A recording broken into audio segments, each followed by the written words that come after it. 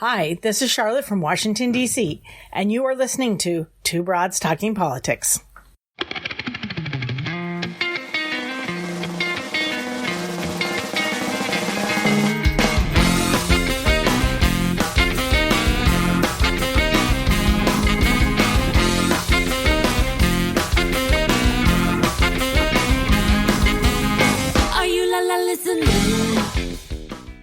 Hey everyone, this is Kelly with Two Broads Talking Politics. I'm on with my co-host Sophie. Hey Sophie.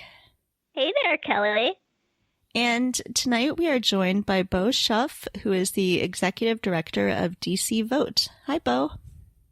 Hi there. Thanks for having us. Yeah, thanks so much for joining us. So we have some listeners who have been bugging us for a very long time, like since we launched, to do an episode about DC.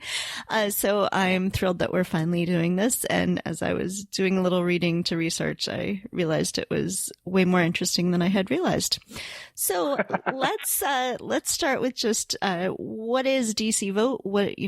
What's the history of your organization and what is it that you're trying to do? That's great. Yeah. So DC Vote is, for the lack of a better phrase, the statewide, because we're not a state, organization working to ensure equality for the residents of the District of Columbia. There's 700,000 of us that live here that have no vote in the United States House or Senate and no voice at all in the United States Senate. We are unrepresented in the Congress because we lack the status of being a state.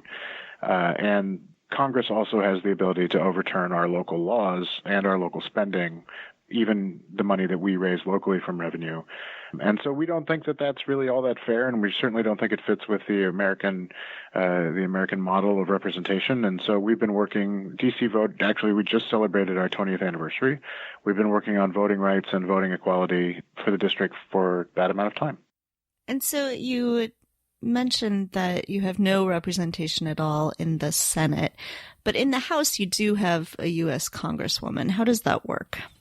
We sort of do. When I'm in Eleanor Holmes or Norton's office, or I'm writing letters or emails to her, I absolutely address her as Congresswoman. But she, in fact, is not. She is a delegate to the Congress, and that means she's a non-voting representative. She has no vote when bills come down to pass at all in the House of Representatives. She can speak, she can ask questions in committee, she can subpoena, she can grill people, she can help with constituent services, sort of all of the soft things that Congress does. But when it comes down to brass tacks about deciding about laws or about going to war or any of the other pieces, the residents of the District of Columbia are left silent because she has no vote. But on the Senate side, there's nothing even like that, like what the role that she has. That's correct. We don't have any official representation in the United States Senate at all, even a non-voting senator. A while back, I don't remember the exact year, we did establish what we call a shadow delegation, which is a technique and a tactic that's been used by every state since Tennessee that has come into the Union. They send two shadow senators, and a shadow representative to Washington. Obviously, we don't have to do the sending part, to lobby on behalf of the residents of the territory or the given geography that wants to become a state to the present senators and congresspeople. But they have no vote, they have no voice, they don't even have like Senate stationery or anything. They are a creation of the territory, not a creation of the federal government. So I know when I was thinking about this episode and doing a little research for it, one of my first questions was like, why is DC not a state? Like, can you tell us a little bit about how this happened? How did the people of Washington, D.C. come to not have this representation? I can. Yeah, it's an interesting story. I will try to keep it relatively brief because, history being what it is, it tends to take a while. But when the Congress first started to meet, they didn't meet in any set location. They met for a while in New York. They met for a while in Philadelphia. They met in Annapolis. They met in Baltimore. And one of the times that they were meeting in Philadelphia, there was a rebellion or a revolt. And the militia of Pennsylvania, which had not been paid for the Revolutionary War, laid siege to the building that the Congress was meeting in, not because the Congress was there, but because the Pennsylvania legislature was there, and they were tired of not being paid. The Congress pleaded its case to the governor of Pennsylvania, saying, help us out, let us out of here. The Pennsylvania governor was on the side of the militia, however, and wanted them paid as well, and said, no, I don't think I'm going to help. And, we're talking about the late 1700s, early 1800s for this time period, and we didn't have air conditioning, and we didn't have, running plumbing and showers and things. So it got pretty nasty pretty quickly. And the Congress decided that would never happen again. And in the grand bargaining of Alexander Hamilton, who is now more famous than he ever thought I think he would be, creating the creation of the U.S. National Bank, along with where the capital was going to be placed, the deal that he made to move or to form the U.S. Bank, the National Bank, moved the capital south out of New York and to a land that was ceded by a southern state and a northern state, Maryland and Virginia, to create this 10-mile square. And at the time, no one lived here. It was a couple of people lived here. A few people lived here. There was a very small enclave in Georgetown and a very small enclave in Alexandria, which is now part of Virginia, but at the time was part of the Capital District. And those folks were represented still by the states that ceded their territory. So the folks in Georgetown were represented by Maryland, and the folks in Alexandria were represented by Virginia. But then once it became the actual district, the law was passed that no, that was not true, and you were no longer residents of those two states and therefore not up to jurisdiction. It was such a small population that no one was super concerned about it, and they didn't imagine that it would become a place where people lived. The legislature was part-time. The government would come and close and leave and go away again, and it wasn't really a big concern that this was going to be a huge population, except that it started to grow very rapidly. The clamoring for equality started almost from day one, especially from the residents that had previously had representation and had suddenly lost it. But as people moved in and as people made their homes here and began to develop a hugely successful geography, that clamoring for statehood has continued for 200 years. And so what is the current state of sort of the political battle? Sure. The current state is we tend to see sort of waves of energy around statehood in about 25 to 30-year cycles. And so there was a big effort a while back in the early 90s to move us. There was a vote on the Statehood Bill, and then there was an attempt at a deal between that would have given Eleanor Holmes Norton a vote in the House of Representatives and also created a new congressperson for the state of Utah, because Utah had sort of gotten the short end of the stick in the last redistricting and they were a bit underrepresented. That deal fell apart, and so then the community within the district started to sort of retrench and figure out, how do we move forward on this? And the ultimate decision was that statehood is the only permanent solution. It's the only fully justifiable and just solution. And so the community and the activists within the district started to push heavily for that. And in 2016, we saw a ballot initiative, which is the first step under this same Tennessee plan that I was talking about with the shadow representatives. The people who live within the jurisdiction have to say, we want to be a state, and this is our constitution, and this is our name, and these will be the boundaries, and we will guarantee that we will be a representative form of government. That's the first stage in the Tennessee plan. So we did that in November 2016. I think there were a lot of things that people didn't expect to happen on Election Day, November 2016, and maybe some results folks weren't super happy with. I work for a C3, so I'm going to wiggle out of that one for a minute. But we had a great day in D.C. in that the largest number of people to ever vote in a D.C. election voted, and they voted at 86% in favor of statehood. So that clearly gave us a mandate to move forward. And at that point, we reintroduced the Statehood Bill. We've been working that bill for the last 2 years. We'll continue to work it in the next Congress. It has more co-sponsors on it than have ever supported statehood before in both the Senate and the House. And we see more and more energy and more communication and conversation, like, podcasts from the Midwest, inquiring about the issue and wanting to learn about it, because our biggest hurdle is that people just don't know. And as we start to talk to folks and get out amongst people across the country, people are very receptive and very interested in the conversation. And so it seems that it's this weird situation where now the people within DC have said what they need to say, and it's really up to a bunch of voters outside of DC to put pressure on their congresspeople. That's exactly right. It is up to 535 specific people to make this decision to grant equality to the District of Columbia. And so that's exactly what we're doing, is we're trying to educate folks across the country to activate and take action with their own elected officials. We need folks from coast to coast to be our voices for us, because just like we don't have a member in the House, the members that are there really don't sort of care about our opinion because we don't vote for them. So we have to reach out to friends and neighbors and people that we meet on the street randomly and try to get them to get involved with the statehood fight on our behalf. So I looked at the list of representatives who have co-sponsored the bill, and I'm happy to see that my congresswoman is on there, Robin Kelly. What I did notice, though, is that there are, as far as I can tell, unless I missed somebody, 0 Republicans on that list. You did not miss anyone. There are 0 Republicans on that list. There have been Republicans that have been in favor of voting rights before. There were some Republicans that voted for that deal bill that I was talking about with Utah. Tom Davis from Virginia especially was a bit of a champion on that one. But no, there are no Republicans on that bill. The Republican Party sees it as a political threat to have D.C. gain statehood. Not all of them. There's a good number that are favorable to the concepts and just are concerned about the politics of it, because D.C. very traditionally and consistently votes Democratic, as do most urban areas in the country. We follow very similarly the trends of other major urban jurisdictions, and so.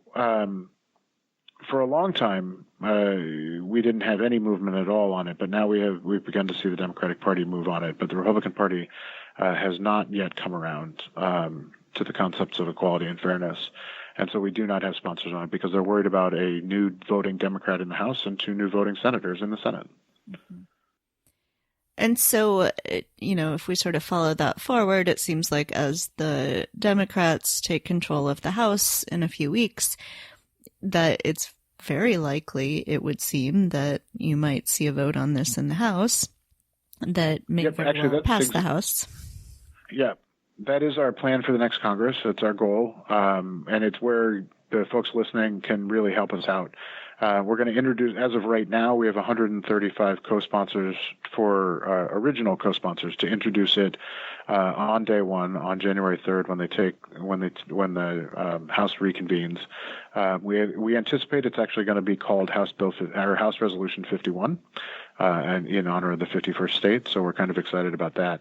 But that's where the work happens, is we have to get from 135 to 218, or maybe some more in case people get a little nervous on the voting day, who would support the bill. And that's what we need help from people all over the country to do, is to contact their members of Congress and their U.S. senators and air their support of D.C. statehood so that they know that there's voters paying attention to this issue in other places. And then what's the next step after the House would approve it? Then does the Senate have to approve it? What goes on next? What's the immediate next action? It's exactly like any piece of legislation. It goes to the House and then to the Senate and then to the president's desk. And so, if I'm being completely frank, we don't see this as a 2-year plan. We don't anticipate the other body of this Congress being overly supportive of moving this bill, even if the House does. But we think it's important to continue to educate across the country, and moving the bill through the House gives us an opportunity to do that. People will be talking about it. The press will be talking about it. And it gives us just more opportunity to get out in the states and start talking to U.S. senators who are not on board. The support in the Senate is harder to get. It's harder to get senators to sign on to bills than it is House members usually. So we need to build those numbers anyway, even in a minority, with the Democrats having the minority. Even all the Democrats aren't on in the Senate yet. So we have a lot of work to do in both chambers. The House moved a little bit farther forward faster than we sort of anticipated, so that's changed our timeline a bit in the House. But the Senate is pretty solidly probably a 2022, 2023 type voting timeline. And so our work is also to reach out to organizations to help support statehood. We're going to spend a lot of time leading up to the 2020 presidential elections, getting the opinions on record from every single person, which, good Lord, it sounds like there's 50 of them who have decided to run for president. There's a lot of other it's a monumental sea change to add a state. And so we don't expect it to just sort of fly by. And there's a lot of work that we need to do in order to make sure the Senate is ready to go, and the president is ready to go once we have a different president, regardless of party, whether we have a different president. We'd need a new flag. We would need a new flag. I would direct you guys and your listeners to Google John Oliver on DC Statehood. He does an amazing segment. I will say that it is probably not safe for work because it's John Oliver. But he does a great segment, and during most of the segment, he actually has a 51-star flag up behind him, and he points out that nobody noticed until the very end, because it's actually a very subtle shift to add a star. Yeah, we joke about this quite a bit. The fourth grade geography, where you split up the states and everybody has to draw one. Ours is going to be relatively easy on 3 of the sides and really confusing on the 4th side. The new stars, the 50 Nifty New United States song is going to have to be gone. We're going to have to get a new version of that. So it'll absolutely have an impact. But we think it's all of those costs are worth the equality of the residents of the district. Is there any coordination with communication with the people in Puerto Rico? There's also sort of, ebbs and flows there about people talking about statehood. There is. I actually just got back from San Juan. I was down there for a couple of days for an unrelated meeting, but had a chance to talk with the party chair in San Juan, the statehood party chair, and the governor of Puerto Rico. I would say that at the moment it's a loose coordination. We know each other's phone numbers. We call each other when there's interesting facts coming up, but they're at a different spot than we are. They haven't sort of done that first step of the Tennessee plan of declaring, the boundaries of the name, that they want to be a state. There have been a couple of referendums. Support continues to grow for statehood in Puerto Rico, especially since the hurricanes and the response that they saw to their own plight in response to the hurricanes from the administration. So that may change, and the tracking may become more closely aligned. But at the moment, we're sort of at different steps, and we keep an eye on each other and continue to talk to each other, but it's not like a pairing. I was going to say there is some history of states coming in pairs. It's happened a few times, but not every time. Sometimes to balance out partisan or assumptions on party. It's funny. I always love when the Republican Party says that the district is always going to be Democratic, because when they admitted Hawaii and Alaska, they thought Alaska would always be Democratic and Hawaii would always be Republican. And those have both 100% flipped. So you can't always predict sort of what the population is going to do. I think that, I think if a quality candidate with a good message came in, the voters of D.C. are very savvy. I mean, we're all, if not in politics, at least nearby it. And the voters are pretty savvy and pay attention to local issues and national issues both. And I think that the right candidate from either party or any party, I should say, could win an election if there was a good message and a good messenger, just like any campaign. Why is statehood the solution to the problem of people of DC not being represented? Why is there not why is the movement not to get DC to become, say, part of Maryland or part of Virginia? Sure. The part, so when you look at DC, it looks like a diamond with a chunk cut out of it, right? The chunk that is cut out of it, we were at one point a diamond, and the chunk that was cut out went back to Virginia at one point, solely around issues of slavery and the idea that the Northern Virginia slave owners and plantation owners at the time wanted to maintain the ability to own slaves while DC was about to become a free territory. So that portion went back to Virginia, and that question gets often asked, why doesn't the other portion go back to Maryland? And there's a couple of reasons. Politically speaking, the challenge is that Maryland would drastically change, and therefore folks in Maryland aren't necessarily supportive of that concept. Right now, Maryland has one very large urban center with Baltimore and a secondary urban center with Annapolis. And if you were to add D.C., it would change that sort of balance of where representatives in their own legislature come from. Even more vocally is the rural areas of Maryland, the part that stretches the southern coast or the downstate area, as well as the part that stretches out towards West Virginia and Pittsburgh in Pennsylvania, is very rural, and they are not super excited about the notion of another 700,000 urban interests adding to the state. So there's not a lot of excitement in Maryland. If you talk to folks from D.C., we're from D.C. we're not sort of Maryland light or Maryland adjacent. We're Washingtonians, and we've never in the history of the country asked people to give up their identity in order to gain equality. We sort of acknowledge additional identities in the quest for greater equality, and so it's a bit of just human nature tribalism, but it's also the fact that there's a very rich, diverse community here. And there are families that have lived here 6, 7, 8 generations going back. And they are Washingtonians, and they moved here to be Washingtonians originally, or they continue to live here because they are Washingtonians. And we have a greater population than 2 states already. And so there's no sort of reason why we would have to go back to Maryland. And it's also legislatively more challenging. You have to have Congress agree to it, which we have to do for statehood, but then you have to do an additional step of having Maryland agree to it. And as I mentioned, they're not super excited by that, and that would put us in a weird state of limbo. If the feds decided, if the Congress decided that D.C. should go back to Maryland, and then Maryland after that said, nah, now we don't know what we are. We're really sort of trapped even more in a second-class status than we are presently, and there's no sort of clear solution to that. So, like I said, we just celebrated our 20th anniversary. The senator from Maryland was our keynote address, and one of the congressmen from Maryland as well. The former governor is in favor of D.C. statehood. Actually, the entire Maryland delegation to the Congress is in favor of D.C. statehood, with the exception of one. So it's just not sort of an issue that attracts a lot of excitement in Maryland, and certainly not in D.C.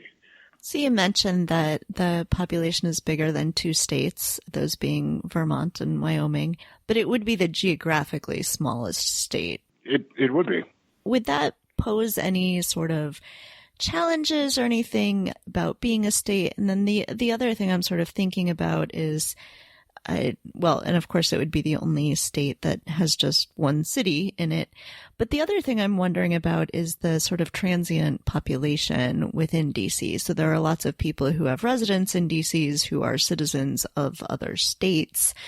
What sort of complications do those things play in becoming a state? Yeah, there's a couple things there. Let me try. So there are 700,000 residents of D.C., and there's 520,000 registered voters. That's a similar percentage to most other jurisdictions. So there's a lot of notion that D.C. is a relatively transient. The D.C. that folks outside of D.C. are familiar with is the government side, is the federal government side. And those folks do tend to be transient. A congressperson comes and some staff come with them, and some of them stay for a lifetime. Some of them will go back if a congressperson goes back, or they'll go back on their own because they want to run for their own office, or they just don't want to do this anymore, or whatever. But that's a very small percentage of the district. Less than a third of D.C. residents work in any level of government, including local. So 2/3 of the city do not work in government at all. And so I think that presentation is a bit of an urban legend. We have a more stable population than I think a lot of folks think that we are. We also are seen as relatively transient because we do have 9 universities here. In a very small amount of geography, that's a lot. So we have a ton of people that come as students, but they tend to not register as voters, and they're not always counted as population because if they're not here full time. But it does give that vibe that people are coming and going quite a bit. As far as the compactness, there's no clause anywhere in the Constitution that says how big or how small it needs to be. I mean, we've argued about this, that Texas would be way too big, and California would be way too big, and Rhode Island would be way too small, and Connecticut would be way too small at the times that they came in.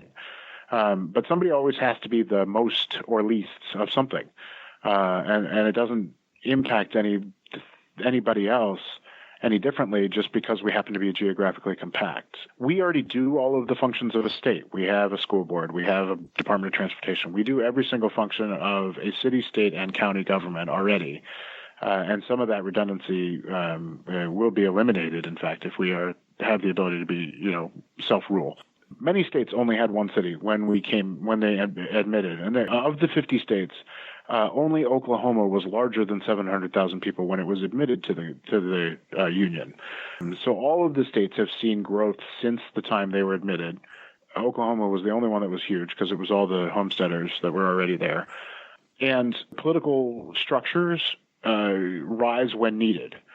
And I think that you would probably see the evolution of Washington, D.C. We have neighborhoods, and some of them have very distinct personalities and populations. And I could imagine in 50 years from now, after we've been a state for a while, or 20 years from now, town councils to be formed.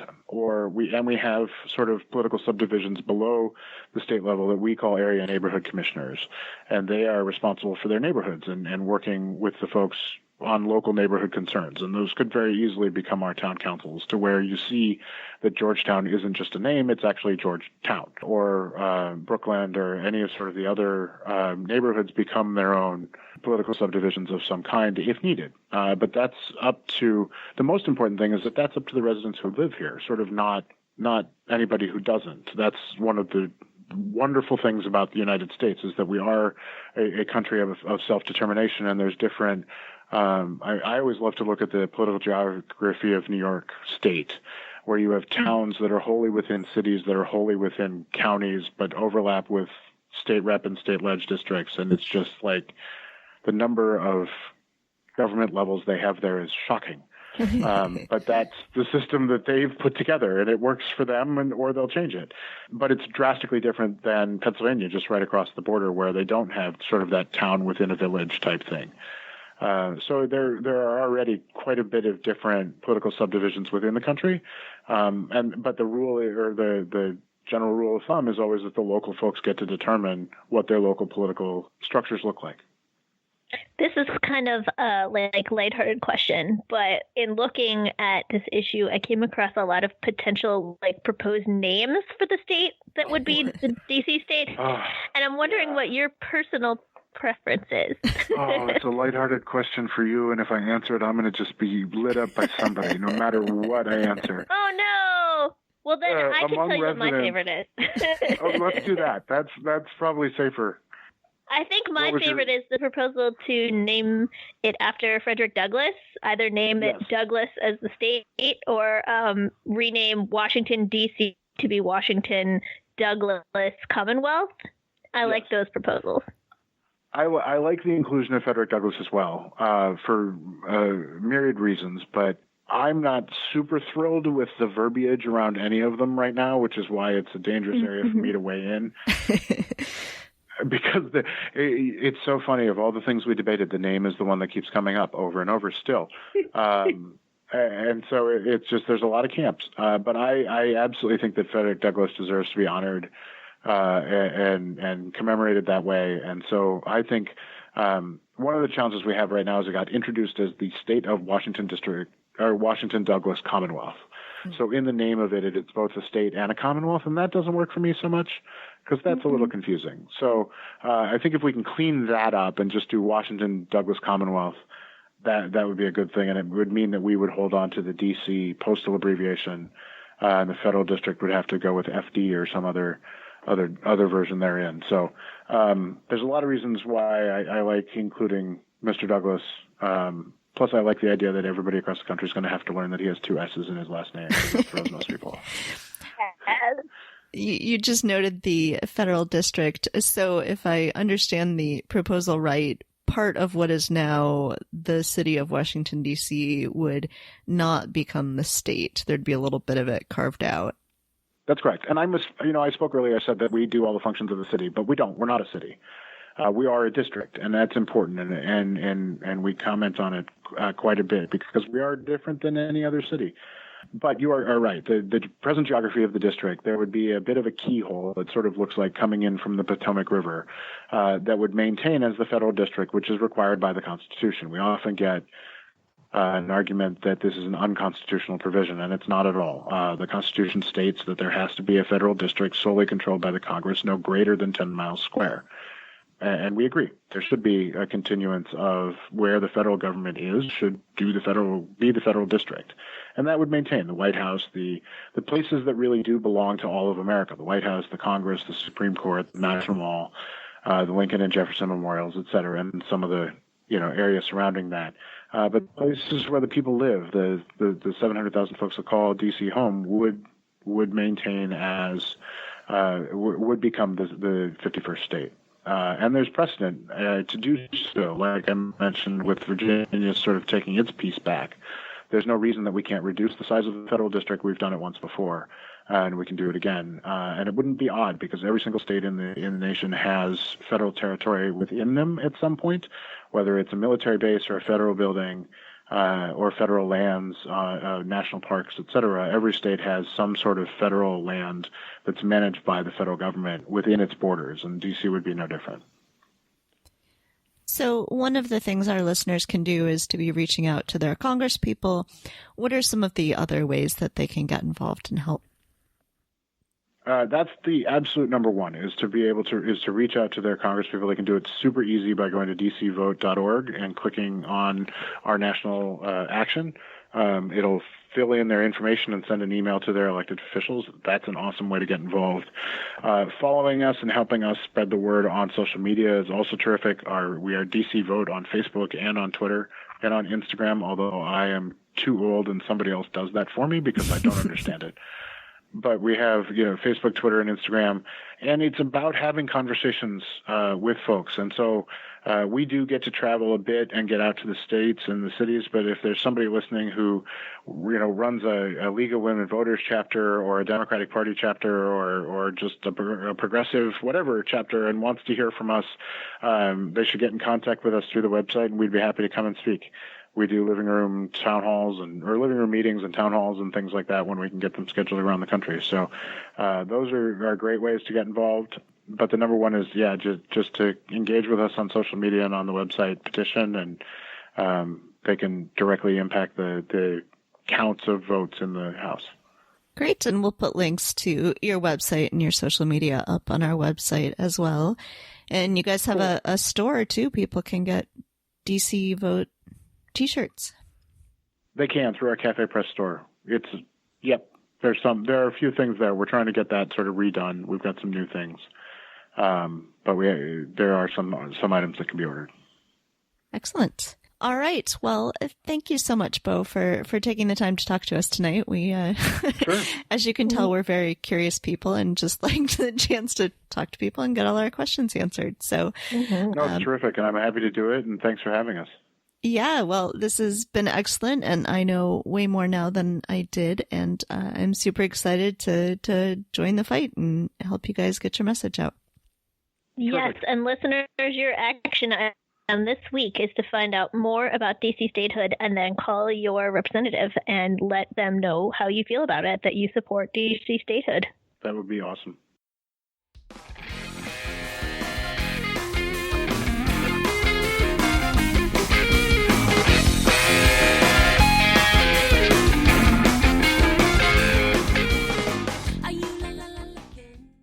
I'm on in this segment with Senator Michael Brown.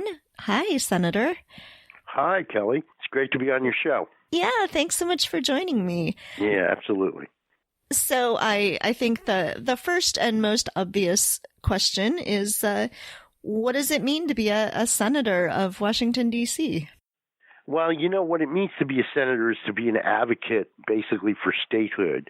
And this is a somewhat strange office, but it goes back to 1796 in Tennessee. When Tennessee wanted to become a state, they elected 2 senators and a representative. In fact, the representative was Andrew Jackson, who we all know later became president. But they sent them to Washington to lobby for statehood. The Senate didn't know what to do with them, so they let the senators in and let them lobby the other senators, but didn't give them a vote. And sure enough, Tennessee, the territory, which was the Southwest Territory, became the state of Tennessee. And since then, California has used shadow senators. They call it shadow senators sometimes. Oregon used them. Minnesota used them. Michigan used them. Alaska used them. And everyone has become a state. So when the District of Columbia decided that they wanted to go on the path of statehood and embrace the Tennessee Plan in the 1980s, they created these offices, which were first elected in 1991. The Reverend Jesse Jackson was the first shadow senator in the district. And you just recently were reelected, and this is now your third term, or will be your third term? Okay. Yes. Yeah. The nicest thing about the job, it's a 6-year term, so you don't have to run every 2 years. Yeah, and this is, I mean, it's just as big as any other Senate election, on the basis of population. Yes. It looks like got 162,000 votes this year, which is, just as many as a lot of U.S. senators. So, it's a sort of real vote, real election, just without the same powers that sitting U.S. senators have. And you have to run citywide, and it's like running a regular campaign. And one of the reasons I got involved originally was that this is what I've done my entire adult life. I've worked on 6 presidential campaigns, and at one point I decided to put my mouth where my money was and actually run for an office. And, as my grandmother used to say, be careful what you wish for. So the nice thing being in D.C. already is you don't have very far to travel to get to the Senate that's true. building. That's absolutely true. And so do you go to a lot of the sessions? Do you sit up in the gallery? How does that work on sort of a... Well, you know what? I'm extended courtesies. The Senate is obliged to give me nothing. But I'm extended courtesies on the basis that I am an elected official, and that mostly comes through Democrats who are okay with the idea of the District of Columbia being a state. Of course, Republicans have stood against us traditionally. So if I for example, got to testify before the United States Senate with some pretty powerful people in front of Senator Carper from Delaware, who had introduced a Statehood Bill. If the Republican had been chairman of the committee or, had been holding the hearings, they might not have let me testify. So I get to do some things. Yes, I sit in the gallery. I sit in the family section of the gallery, kind of the special section of the gallery, but I'm not allowed on the floor. I'm not allowed to vote. I don't have any committee assignments, anything you would expect of a traditional senator. And so what is sort of the state of how you see the Senate viewing this right now? So there's a bill that's going to be introduced in the House with co-sponsors. Is there going to be a similar bill for DC statehood in the Senate? Are you getting the impression that there are senators who are in favor of this? Yes, I think so. I mean, we had 30 senators that were co-sponsors of the current bill. We're going to lose 2 through attrition. So we assume that Senator Carper, actually we've talked to his office, we know that Senator Carper will reintroduce the bill, and we expect that we'll have those 28 co-sponsors back as a starting point. Hopefully we'll get a few more. But, we weren't as successful as we were in the House. In the House, we're going to lose 20 members through attrition, 20 Democrats, but we're going to pick up 40 new Democrats. So we're hopeful there that we'll be able to do even better than we've done. And we've got 179 co-sponsors at this point. The one problem for us in both houses is that every single co-sponsor is a Democrat. We don't have one single Republican. So the Puerto Ricans, who have also put in a statehood bill in the House, have 8 Republicans, and my office has been lobbying those 8 Republicans in the House to get on our bill because we need a few Republicans. Now, they don't have a bill in the Senate. So our new strategy, I think, in the coming year is going to be to try to get a Republican senator as well.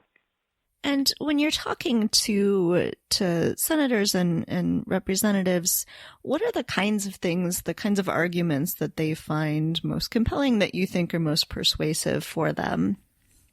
Well, this is the principle on which our democracy was founded, that you can't tax people and not represent them. So it's pretty basic democracy, right? We're the only people in the world that do this. And one of the things my office has done, by the way, is put this on the international stage. We've been to Europe several times and talked about this at international conferences.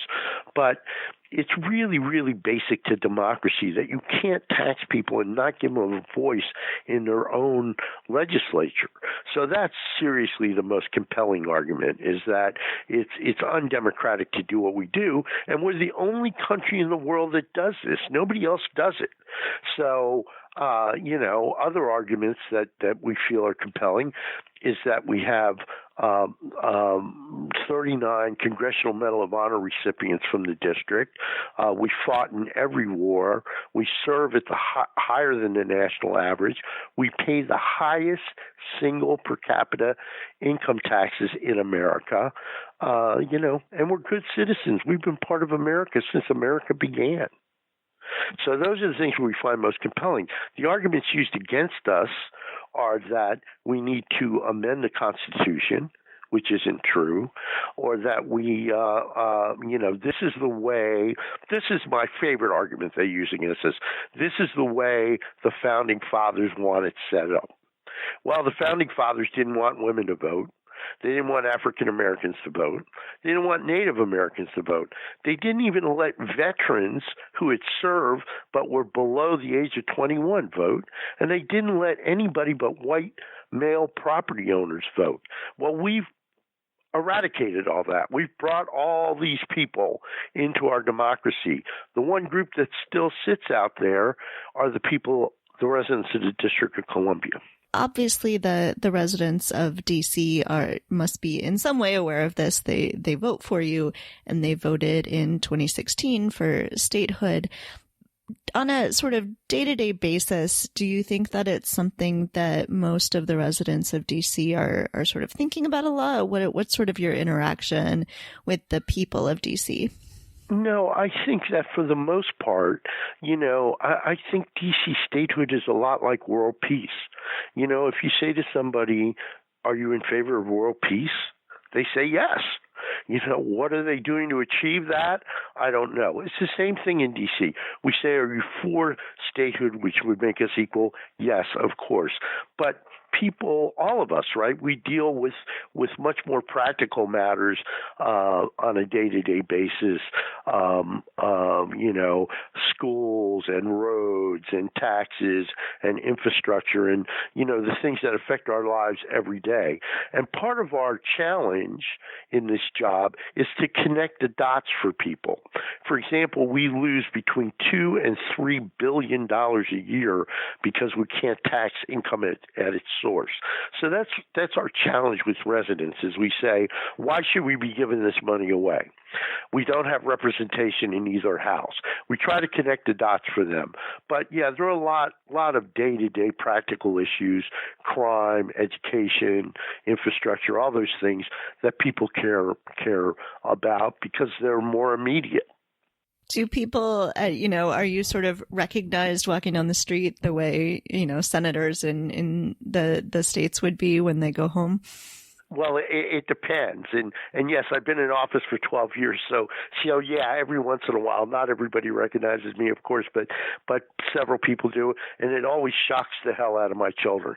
They're always amazed. Dad, he knew who you were. In fact, I'll tell you a great story. One of my daughters lives in Chicago, and I got invited to lecture at her school, which was at the time DePaul. And she called me and she said her professor, her political science professor, had been a professor at American University. And that's what she said to me. She said, Dad, he knew who you were.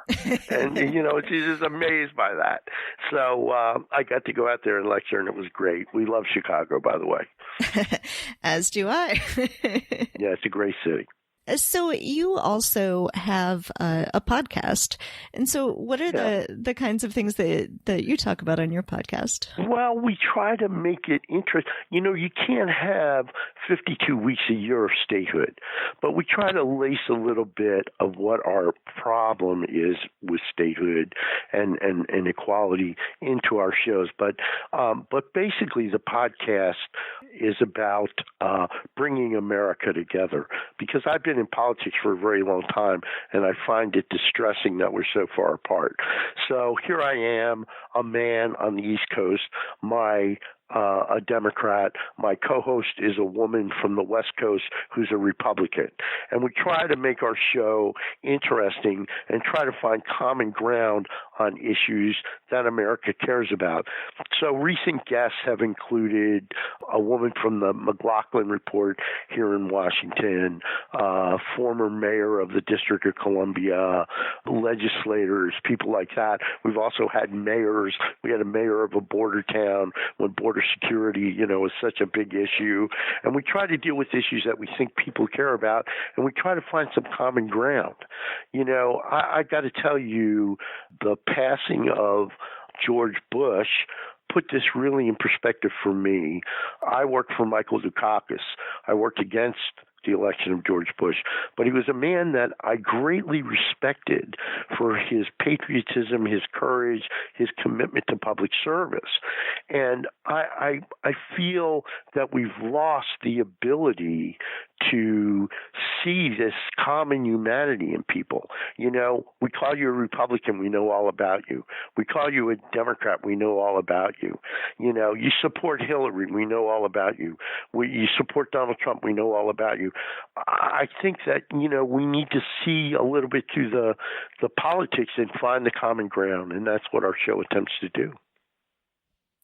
And do you think that there are areas on which there is a lot of common ground right now, things that people can sort of all see as something we need to solve, and maybe we can find bipartisan solutions? Absolutely. I think that, we all have, I think there are very few people that are not proud to be Americans. I think that we all love our children. I think we all love our country. I think we all want the best for our country. So I think there is common ground, but I think it's obscured by the fact that we've become so polarized. And it's a shame. Take my issue. My issue's perfect. We have 208 co-sponsors of legislation to make us a state, but every one of them is a Democrat. We don't have one Republican. It's not because the issue doesn't appeal to Republicans. It's just that the Republicans don't want to side with the Democrats. And I think we have this problem in the Democratic Party, too. I hope that in 2020, we're able to put up a candidate that appeals to America, appeals to both sides. I really hope we can do that. And I hope we don't get locked in this mindset. I think like resist. And I think, isn't there a better word than that? Can't we come up with something better than resist? Can't we come up with something like cooperate? Or, I understand the sentiment behind resisting, but it doesn't get us. It doesn't get us anywhere, does it? Mm-hmm. So if our listeners have now been sold on DC statehood and think this is a great idea, what are some things you'd like to see them doing to help the cause? Well, I came on your show tonight because our biggest problem is that 80% of America doesn't know that we don't have the same rights that they do. So that's one of our big challenges, to get the word out. And so I try to take every opportunity to talk to people like you so we can get the message out that we're Americans just like you, and we deserve the same rights, same responsibilities. So that's one thing they can do. They can just talk about the issue. Of course, they can also call their senators and representatives and ask them to sponsor Statehood Bill. That's another thing they could do. Write letters. We have a website called teachdemocracy.net. Idea behind the website is for teachers and students to be able to plug into this website, find out about our issue, and to have teachers use it as part of their civil rights curriculum, because this rights struggle. In fact, 2 weeks ago, I was in Chicago at the National Conference of the Social Studies, presenting on the website, presenting to social studies teachers, trying to convince them that, hey, you can't get your kids can't walk across the Pettus Bridge with Dr. King, or they can't sit in a lunch counter, but they can get involved in this for civil rights in the nation's capital. And by being involved, there are many lessons to be learned about democracy. So people can study the issue, spread the word, can support us in their by calling our representatives and senators. Excellent. We'll put a link up for that website on our website as well. That's correct. It's teachdemocracy.net. And listen to our show occasionally. We find it, we think it's interesting, but mostly we have to get the word out. They did a survey about 20 years ago that showed that 80% of Americans agreed that we should have the same rights that they do. But a group, 80% almost, think that we do have the same rights they do. Because why wouldn't you think this? The nation's capital, citadel of democracy, you would assume they have the same rights everybody else has. So part of our challenge is just getting the word out there and making it an issue. I'm a super delegate. One of the things I get to do is be delegate nominating convention for president, and I've been a super the last 3 nominating conventions, and will be at the next 2. And in each case, to get my vote, I've talked to the Democratic candidate and got them to agree to support statehood. So those are the kind of things we need to do. We need to put it on the national agenda, and we need to move it forward. All right. Is there anything else that you want to make sure we talk about? No, I just encourage people to get involved in this struggle because it's very basic and it really is, so un-American for us to deny the people of our nation's capital equal rights.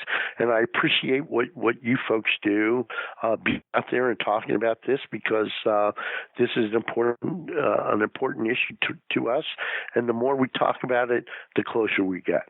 All right. Well, Senator Michael Brown, thank you so much for coming on the podcast. And I'm definitely with you on this, and I want to try to spread the word as much as we can. All right, Kelly, thank you so much, and continued success. And the one last thing I would like to say, happy holidays to everybody out there. Yeah, happy holidays to you too. Thank you.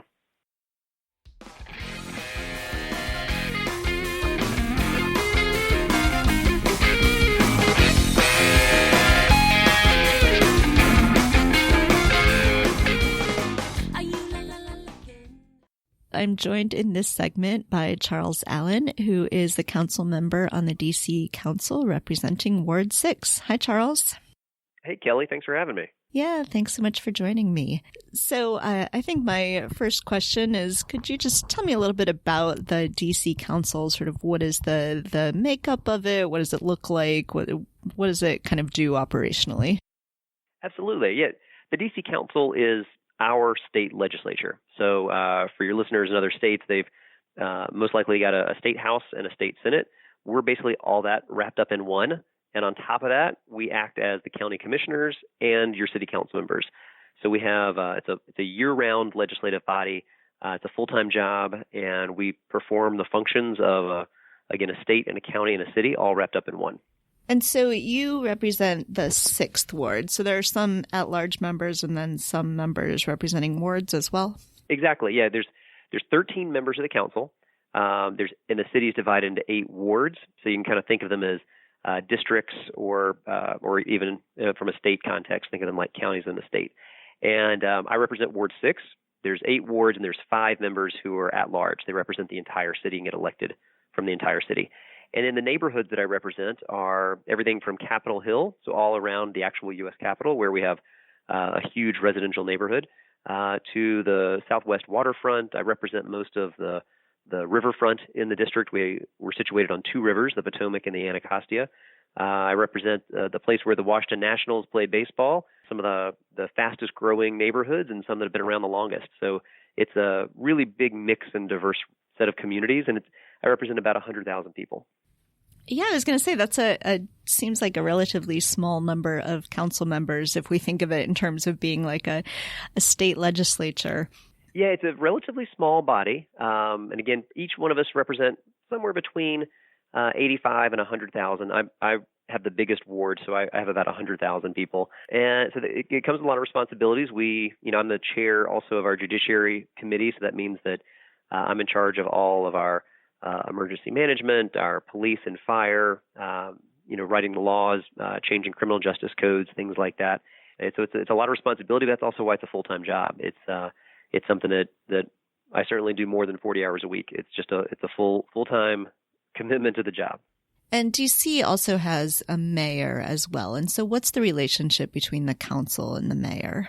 We obviously have a relationship, like a political relationship. So we have the mayor and the council. Just like any good elected officials, we agree on some things, we disagree on others, and so we push and pull on each other. But our mayor acts like a governor, and again, we're like a state legislature. So they implement the laws, they run the agencies and departments that serve the residents. We pass the laws, and then we pass the budget.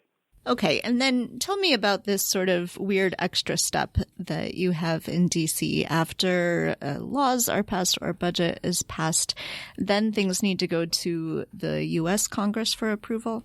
Yeah, I mean, that's the part that's just the complete injustice, and I think people should be fired up on our behalf, because we're certainly fired up.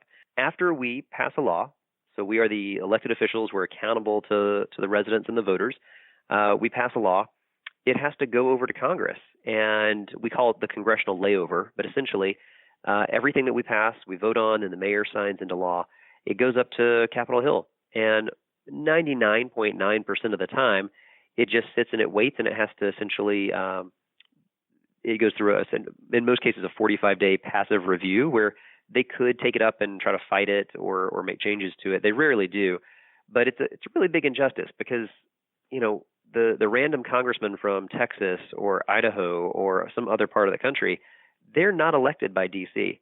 They will never show up on a ballot for the residents of the District of Columbia, and yet they ultimately can thwart a piece of legislation or a way in which we want to spend our money.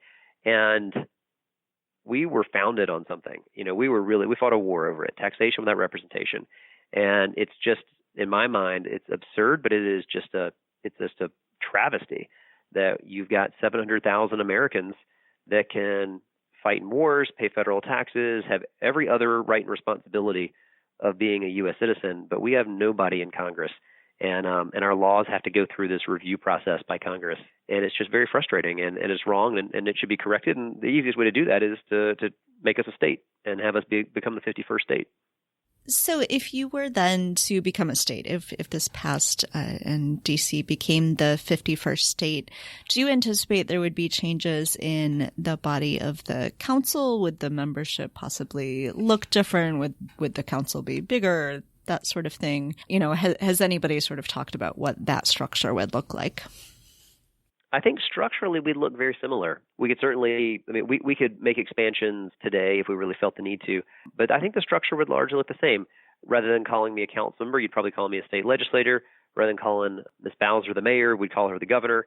But outside of that, it all pretty much functions the way it is. It's just that we know that the decisions we make, we can be held accountable by the voters of the District of Columbia, and there's no conservative member from Texas who decides that it's a really convenient way to do a fundraising email to pick on DC. We remove that scenario, and we have the full rights as every other American. So in some ways, some things don't change. We still function the exact same way we would, but we don't have this specter of Congress deciding to come overturn decisions or tell us how to spend our own tax dollars. So speaking of taxation, what is the sort of structure right now? What sorts of taxes is DC able to collect? We have all the same taxes that any other state in the union has. So we certainly pay our federal taxes. We pay a very significant share of federal taxes, much more than actually many other states do entirely. We pay our local taxes. We pay property taxes. Our taxes are the exact same as probably all your listeners around the country. They're the exact same. Okay. So it's just the added process of having to need approval to spend your own tax dollars. It's that. And when we pay federal taxes, we don't have anybody who actually can cast a vote on how they're spent. That's completely opposite of how our country was founded. Again, we fought a war over this. We pay federal taxes, so all our money goes up to Capitol Hill, and there is no one in Congress. We have no senators. We have a shadow delegation. They don't have any decision-making power, and decisions are made on our behalf and for us. It's incredibly patronizing, but they take our money, they spend it, and we have no way to hold them accountable. So a lot of the things that the council has been passing tend to be, a sort of on the more progressive end of things. Does that ever come up to a practical concern when Congress needs to sort of approve the things that you're passing? Have there been cases? So there's sort of the two issues, right? There's the theoretical issue on which I agree with you that it makes no sense that you're not represented in Congress. But have there been practical things that have come up, decisions that have not been approved? Absolutely. We recently had a law that dealt with end-of-life decisions, and it was something heavily debated here in the council. The name of the legislation was called Death with Dignity, and we had a member of Congress who objected to it, and I think realized he could probably have some really great fundraising from the far right. And so he tried to threaten to overturn the legislation. We were luckily able to really fend them off and just have, DC residents just turned out in the thousands to object to this. So we know how to fight back. But I'll give you another example of how it really comes home. This isn't progressive. This is just basic healthcare, women's healthcare. I don't know if you remember several years ago, this is when, and unfortunately, many of us are Democrats in D.C. We certainly hold President Obama in high regard.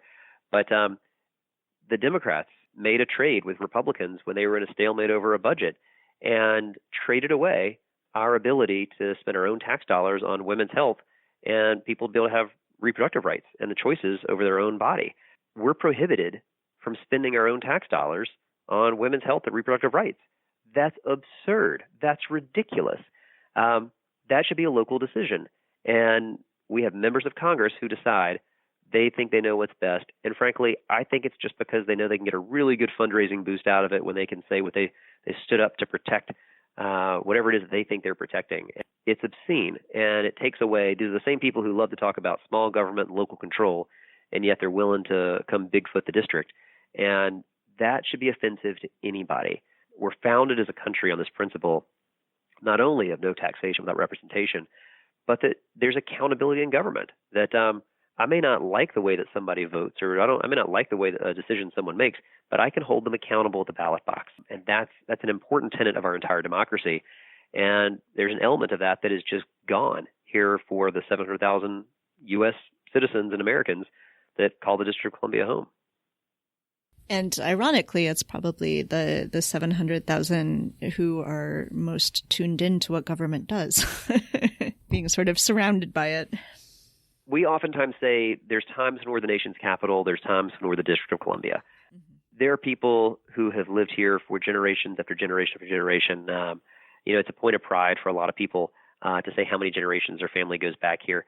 We certainly have pockets of D.C. that are what people think of as the federal D.C., the monuments and the Capitol Hill staffers and things like that. But it's really not that much of a part of our city. We are a thriving metropolis. We have, huge healthcare industries. We've, in terms of universities and hospitals. We have a thriving entrepreneurial and maker community. We've got some of the best restaurants in the country that are here. We have it's a phenomenal city. It's great. We've got schools that just get better every day. The number of families that are wanting to call this home, the number of baby boomers and empty nesters that are calling the district home and moving here, it's just phenomenal. It's a great place to live. So there will always be the federal aspect. There will always be the big dome building in the middle of our city. But the city is so much more than that. And these neighborhoods are just vibrant spaces all throughout the district. And it's a great place to call home. What would you like our listeners to do to help out with DC statehood? What are some of the ways that they could really assist the fight? Well, the first thing is to make sure that they know that there's 700,000 people that don't have representation in Congress. We find actually a lot of people just don't even realize that DC has 700,000 people here. That's more than some states in terms of their population, and they get 2 senators and a member of Congress, and we don't. So most people seem to get the idea of the injustice of it. And then there's the next step. What do you do with that? Well, for your listeners who aren't in D.C., they have members of Congress, and one of our strategies is to move legislation through the Congress that will grant statehood. And what we need are for folks to let their members of Congress know that they support statehood, that this isn't political, this isn't a Democrat or Republican thing. Do you believe Americans should have representation or not. It's a pretty basic part of our democracy. I think for most people, they'd say yes. Occasionally, you'll hear people use politics of it and say, oh, but wait, I thought there were more Democrats than Republicans, so maybe you'll end up with some Democratic senators. I'd challenge people to think about their own values. Do you really believe that people should have representation based on how they vote? That just runs completely opposite of who we are as a country and the way we believe. You can fight tooth and nail and disagree with decisions that are made, but you damn well better be able to have accountability, and that's the most important part. Should you be able to have somebody who represents you, can cast votes, and when you agree with them, you support them and you go fight for them, and when you disagree with them, you can vote them out of office. It's just such a fundamental part of our country and our democracy, but we don't have it here. Is there anything else you would like to make sure that we talk about? Well, I'm really glad you guys are focused on this, so thank you for doing the show on this. I think when you think about the big decisions that are facing our country, whether it's a decision to go to war, whether it's approving the nomination of whoever sits on the Supreme Court and makes the decisions for the next generation that impact your life, whether it's what healthcare legislation gets passed, it's just not right for a whole bunch of Americans not to be able to have a voice in that. I've got a 6-year-old and a 2-year-old. They've got cousins that live in New York and live in Tennessee. How do I explain to them that their cousins, the exact same age, part of the same family, they're all Americans, except for the fact that while they're all going to pay taxes, they can all go fight and die in a war for their country, my kids, they don't have a voice in Congress. They don't have a voice in their federal government, but their cousins do. That's just wrong. And the more personal, the more visceral we make this, to have people just understand how wrong this is and realize there is a solution. And the easy solution is for the district to become a full state. That's what I think will help motivate people. I hope that's what fires people up, to realize we have an opportunity to right this wrong and to correct this injustice. And, I'm going to fight for my kids.